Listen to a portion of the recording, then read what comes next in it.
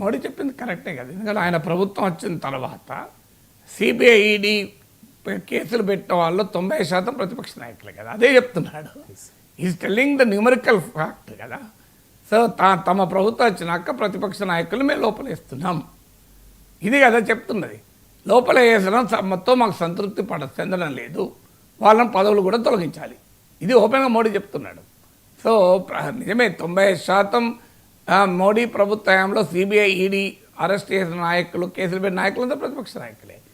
కానీ ప్రతిపక్ష నేతలంతా అవినీతి పరులే అంటున్న నరేంద్ర మోడీకి సూటి ప్రశ్న ఏంటంటే 2014లో జగన్మోహన్ రెడ్డిని అవినీతి పరుడుగా మీరు స్కామ్ ఆంధ్రప్రదేశ్ కావాలా, స్కీమ్ ఆంధ్రప్రదేశ్ కావాలా అన్నారు. స్కీమ్ ఆంధ్రప్రదేశ్కు చంద్రబాబు నాయుడు ప్రతీక అయితే స్కామ్ ఆంధ్రప్రదేశ్కు జగన్మోహన్ రెడ్డి ప్రతీక అని 2014లో అన్నారు. 2019 ఎన్నికల్లో మీరేమన్నారు? పోలవరంకో ఏటీఎంగా మార్చిన అవినీతి పరుడు చంద్రబాబు నాయుడు అన్నారు. అంటే 2014లో చంద్రబాబు నాయుడు నిజాయితీ పరుడు, 2019లో అవినీతి పరుడు, 2024లో మళ్ళీ నిజాయితీ పరుడు. జగన్మోహన్ రెడ్డి 2014లో అవినీతి పరుడు, తర్వాత కాదా? సో మీరు ఎందుకు ఆన్సర్ చెప్పండి దీనికి? అజిత్ సింగ్ ఎన్సీపీ నాయకుడిగా శరద్ పవార్ క్యాంపులో ఉన్నప్పుడు 70,000 కోట్ల ఇరిగేషన్ స్కామ్ చేశాడు అని అజిత్ పవార్ పైన మోడీయే స్వయాన ఆరోపణ చేశాడు. ఇప్పుడు ఆయన అజిత్ పవార్ ఎవరు? బీజేపీ ప్రభుత్వంలో ఆర్థిక మంత్రి. అంటే మరి 70,000 కోట్ల అవినీతి చేశాడని మీరే ఆరోపించారే, మరి ఇప్పుడు అతను మీరు ఆర్థిక మంత్రి ఎందుకు పెట్టుకున్నారు? అవినీతి లెక్కలు బాగేస్తాడనా? ఆదర్శ్ సొసైటీ కుంభకోణంలో మొదటి నిందితుడు అశోక్ చౌహాన్. ఆయన పేరు పెట్టి ఆదర్శ్ సొసైటీ కుంభకోణం నుంచి నిర్మలా సీతారామన్ పార్లమెంటుకు సమర్పించిన యూపీఏ 10 ఏళ్ల ప్రభుత్వంలో అవినీతి అనే నివేదికలో ఆయన పేరు పెట్టి సబ్మిట్ రాశారు. 1 వీక్లో ఆయన బీజేపీలో చేర్చుకొని పార్లమెంటు సబ్మిట్ చేసి పార్టీకి చీఫ్ క్యాంపెయినర్లలో ఒకరిగా, ప్రధాన ప్రచారకులుగా ఒకరిగా మీరు ఎన్నికల కమిషన్కి ఆయన పేరు పంపించారు. ఇప్పుడు ఏం చెప్పమంటారు?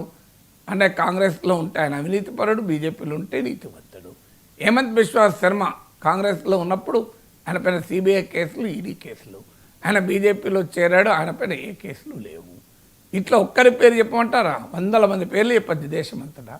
మరి ఇక ప్రతిపక్ష నేతలందరూ అవినీతి పరులు అంటే దాని తర్వాత చెప్పాలి బీజేపీలో చేరండి మీరు నీతివంతులు అయిపోతారని చెప్పాలి. సో మీకు సీఎం రమేష్ పైన, సుజనా చౌదరి పైన జీవీఎల్ నరసింహారావు ఆరోపణలు చేస్తూ లేఖలు రాశారు. ఇప్పుడు జీవీఎల్ నరసింహారావు బీజేపీలో ఉన్నాడు, సీఎం రమేష్, సుజనా చౌదరి కూడా బీజేపీలో ఉన్నారు. అంటే ఏమైంది మరి ఇప్పుడు? సో మీకు కేసీఆర్ అవినీతి పరుడు, ఆయన కొరకు జైల్లో రూమ్ రెడీ ఉంది అని అన్నారు. కేంద్ర ప్రభుత్వం ఇప్పటి వరకు కేసీఆర్ పైన ఏ కేసులు పెట్టి నాకు చెప్పవాలండి? జగన్మోహన్ రెడ్డి 11 ఏళ్ళుగా బెయిల్ మీద ఉన్నాడు సిబిఐ ఈడీ కేసుల్లో. ఏ కేసు ఒక్క అడుగైనా ముందుకెళ్ళిందో చెప్పమనండి. ఎందుకు వెళ్ళడం లేదు? దాని రీజనింగ్ ఉండాలి కదా, అందరికి అర్థమవుతుంది కదా.